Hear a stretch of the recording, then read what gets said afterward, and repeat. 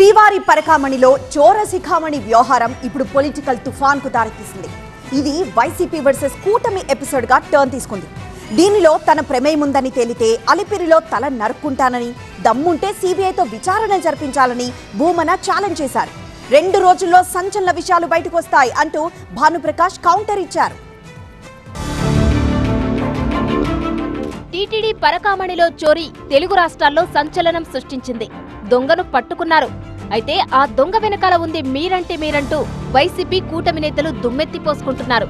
Bhumana versus Bhanuprakash and Kiran Royal గా ఈ episode turn తీసుకుంది. పరకామణి పాలిటిక్స్ ఏపీలో కాకరేపుతున్నాయి. తన హయాంలో తప్పు జరిగిందని తెలిస్తే తల నరుక్కుంటానన్నారు టీటీడీ మాజీ చైర్మన్ భూమన కరుణాకర్ రెడ్డి. నేను అధ్యక్షునిగా ఉన్నప్పుడు ఆ సంఘటన జరిగింది నిజమైతే నా తల అలిపిరిలో నరుక్కుంటా, కాదు అన్నప్పుడు మంగళ్య షాపింగ్ మాల్లో ఏం కొన్నా స్పాట్ గిఫ్ట్ ఇస్తున్నారు తెలుసు కదా. మంగళ్య షాపింగ్ మాల్లో దసరా స్పాట్ గిఫ్ట్ పక్కా. 1000 రూపాయల కొనుగోలుపై ఖచ్చితమైన spot gift. Mangalya shopping mall, Telangana. వీళ్ళిద్దరూ బహిరంగ క్షమాపణన్న చెప్పాలా. నేను దేనికైనా సిద్ధం. పరకామణిలో చోరీని బయటపెట్టి రవికుమార్ నుంచి కోట్ల రూపాయలు రికవరీ చేశామన్నారు భూమన కరుణాకర్ రెడ్డి. 20 ఏళ్లుగా రవికుమార్ పరకామణిలో చోరీ చేస్తున్నాడని, చంద్రబాబు హయాంలో కూడా దొంగతనాలు చేశాడని, అప్పుడు రవికుమార్ ను చంద్రబాబు ఎందుకు పట్టుకోలేదని ప్రశ్నించారు భూమన. ఈ కేసును సిబిఐతో దర్యాప్తు చేయించాలని డిమాండ్ చేశారు భూమన. ఛాలెంజ్ చేస్తున్నాం. దమ్ము ధైర్యము ఉంటే వెంకటేశ్వర స్వామి భక్తులంగా వెంకటేశ్వర స్వామి సేవలో తరించినటువంటి వ్యక్తులంగా ఛాలెంజ్ విసురుతున్నా, దీన్ని సిబిసిఐడి ద్వారా కాకుండా సిబిఐ చేత విచారణ చేయించండి. మరో 2 రోజుల్లో సంచలన విషయాలు బయటకు వస్తాయన్నారు బీజేపీ నేత భానుప్రకాష్. సిబిఐ దాకా పనిలేదు, ఎస్ఐ విచారించినా అన్ని తెలుస్తాయని భూమనకు కౌంటర్ ఇచ్చారు. అంటే మీ నాయకుడి మీద సిబిఐ వేశారని మీ మీద కూడా సిబిఐ వేయాలా?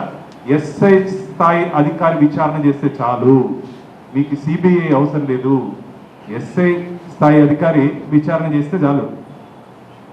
మొత్తం ఏం జరిగింది, ఎందుకు జరిగింది, ఎప్పుడు జరిగింది మొత్తం బయటపడిపోతుంది కరుణాకర్ రెడ్డి గారు. ఈ కేసులో నిందితుడిగా ఉన్న రవికుమార్ బతికి ఉన్నాడో లేదో అనుమానంగా ఉందన్నారు జనసేన నేత కిరణ్ రాయల్.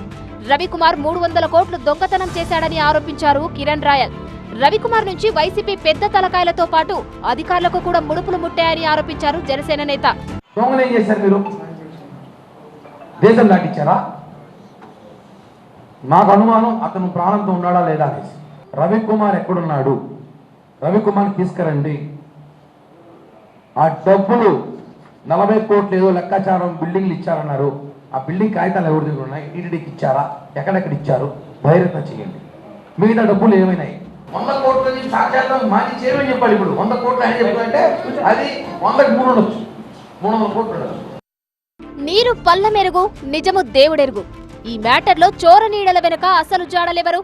శ్రీవారి సొమ్ము నొక్కేసిన రవికుమార్ వెనుక ఉన్నది ఎవరో తేల్చాలంటున్నారు భక్తులు.